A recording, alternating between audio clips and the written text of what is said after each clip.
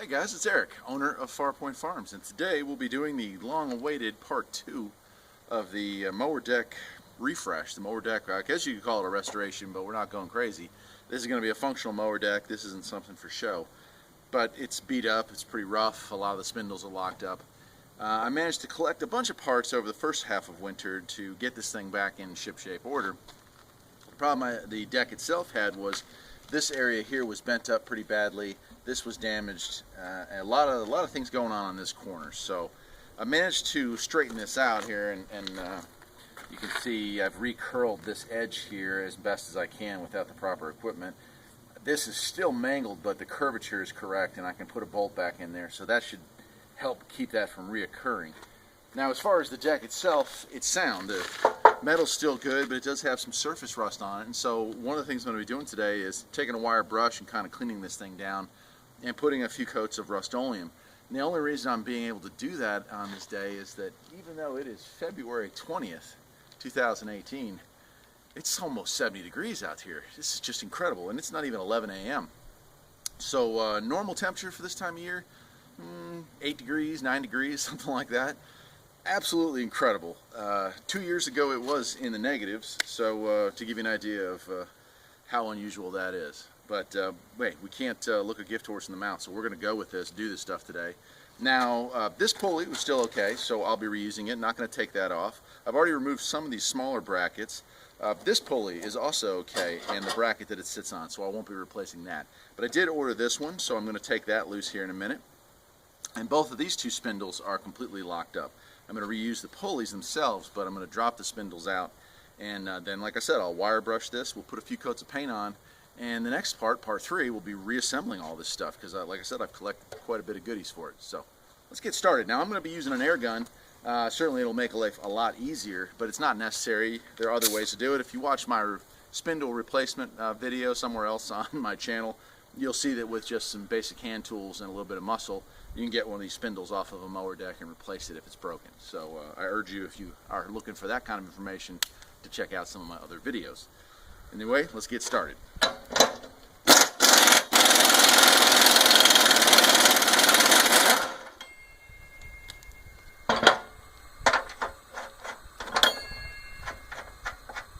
Now I'm going to set all this stuff aside. I also have a manual that's going to show me exactly how the routing for the belt and how all this stuff goes back together again, because this deck I never had installed. It came in pieces, and it was already missing a few things. I ordered the parts based off the parts diagram, and I'll be referring to the parts diagram and just the regular diagram for this deck in order to reassemble it, but that'll be in part 3 and 4. Go ahead and take this one off on this side.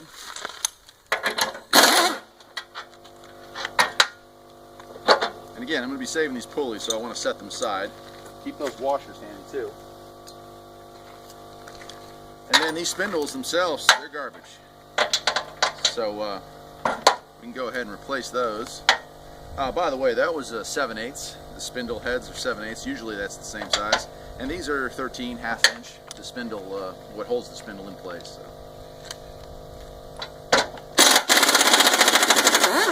Most of the time, when you order a replacement spindle, it comes with new bolts, and the reason why is they do tend to break off. They're very coarse thread, and when you try to back them out, they break. Now don't be terrified by that. I can't believe I actually managed to get 2 of these to come out, but just so you're aware.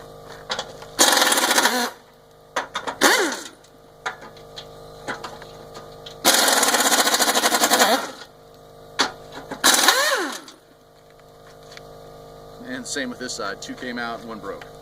So that's not bad. Got a couple extra nuts and bolts, and keep that for another project. Lastly, and I'm a little worried about it because the condition of this bolt is pretty darn rough. If that breaks off, I'll have to create something in order to put this spindle back on here, but let's go ahead and remove that. Now that's a 9/16 bolt head. Hey, wow. I would have bet $1 that that was going to break. That was pretty rusty. Luckily, it did not. Oh, well, that's easy enough. That's just a carriage bolt. Great. Well, I'm going to keep all that together, and that's it. It's not too hard. When you have an air gun, these projects tend to go a lot quicker than when you don't they? So I'm going to go ahead and get a wire brush out here. We'll clean all this off. Now I am going to reuse the blades because surprisingly the blades were in great shape. A little rusty, definitely dull, but not bent, not mangled. Probably had been replaced, I'm going to guess, the year before this thing was taken out of service. So let me get my wire brush and we'll do a little cleanup. Okay, this really looks worse than it is. You can see there's pitting, there's just surface rust, there's what looks like pock marks, but it's not as bad as it looks. This is actually a very, very thick gauge of steel. And so as a result, you're okay to have a little bit of surface rust like this. And again, I'm not trying to create something that's show quality. I just want this to last for a few more seasons. If you're restoring a Craftsman GT or a Husqvarna GT, or for that matter, any GT, you know, you're going to end up with a deck like this, and of course with some years on them, they're all going to look in pretty much similar condition unless you find one that just never got used. So the idea here is not to focus on making it perfect, it's focus on cleaning it up enough that when you put a Rust-Oleum and rust inhibitor onto it, that it kind of slows down the rust and also makes it harder for new rust to take hold. So for the next 10 minutes or so, I'll be just using a wire brush. Oh, that hurts, doesn't it? And scraping away at some of the slag and garbage and stuff that's just hanging around here. Okay?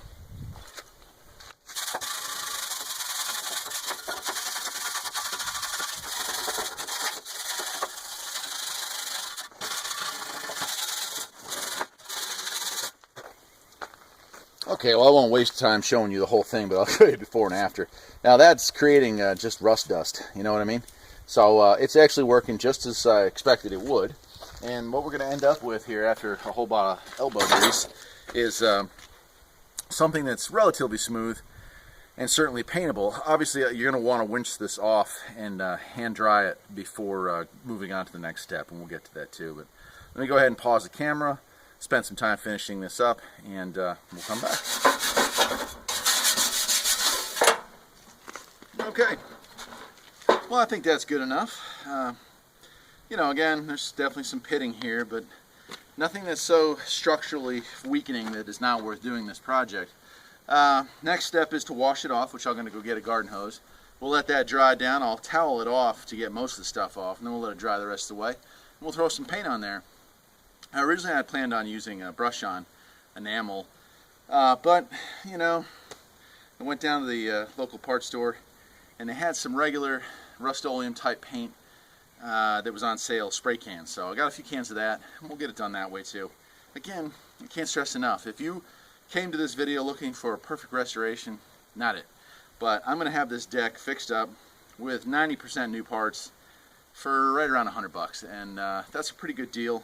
If I can get 3 or 4 seasons out of it, I mean, geez, that's belts, spindles, sharpening the blades, replacing the pulleys, painting it, I mean, the works. I'm even putting a new chute on, okay? So let me go ahead and wash it off. We'll take a closer look. Here we are. We've got it kind of washed down. I took a garden hose to it, washed it, and toweled it off, and I've let it just dry in the sun for a few minutes. I don't know how well this is showing up on the video, but obviously you're still seeing pock marks. You're still seeing some places with a little bit of surface rust. Again, I can't stress this enough. It is what it is. I'm not looking for perfection here. I'm just looking to get another couple of seasons out of this deck, and I think that's definitely doable. What I don't want to have happen is for this situation to get much worse, and that's really the goal of what I'm doing here today. I'm not only fixing up the deck, but I'm just trying to slow down or stop altogether the rust that's occurring. I know it's not possible to stop it all the way, but I can certainly slow it down. So again, we were talking before I washed this about the fact that I was going to use an enamel brush on paint, which would have been a much better paint and protectant. But I was at the store and I got this Rust-Oleum ultra high heat enamel based paint here that's actually for like repainting grills, doing engines, stuff like that. But it was on clearance and it was very inexpensive, so I went ahead and picked this up. Should work just as well. It's a rust inhibitor, it is enamel. It's going to take a little longer to dry, but I'll put a coat on, let it sit in the sun here while I have some lunch, and I'll come back and throw another coat on, possibly even a third if it looks like it needs it in spots. But obviously you want to shake a good can of paint for as long as your hands can hold out. I've already been shaking this for about 45 seconds. I'll give it another shake here.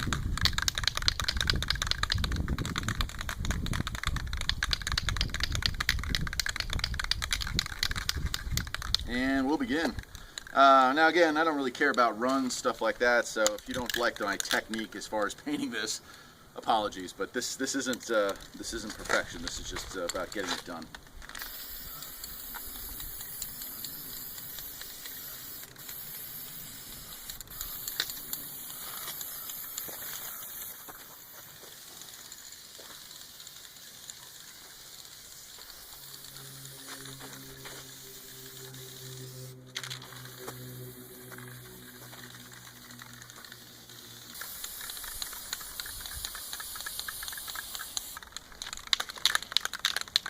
impressed with the coverage of this paint. I'm probably going to get the entire deck painted with one can. So 2 coats, 2 cans, 3 coats, 3 cans. That's not a bad deal at all.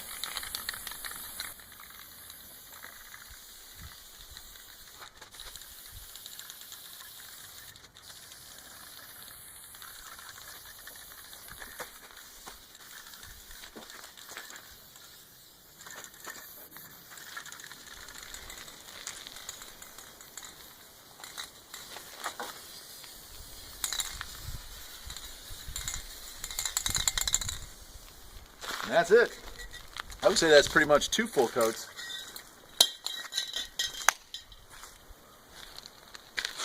So that's it. We'll go inside and we'll let this dry for an hour or 2 before putting on a second coat. But I actually got pretty much 2 very light coats out of 1 can, which is better coverage than I would have imagined I would get out of that.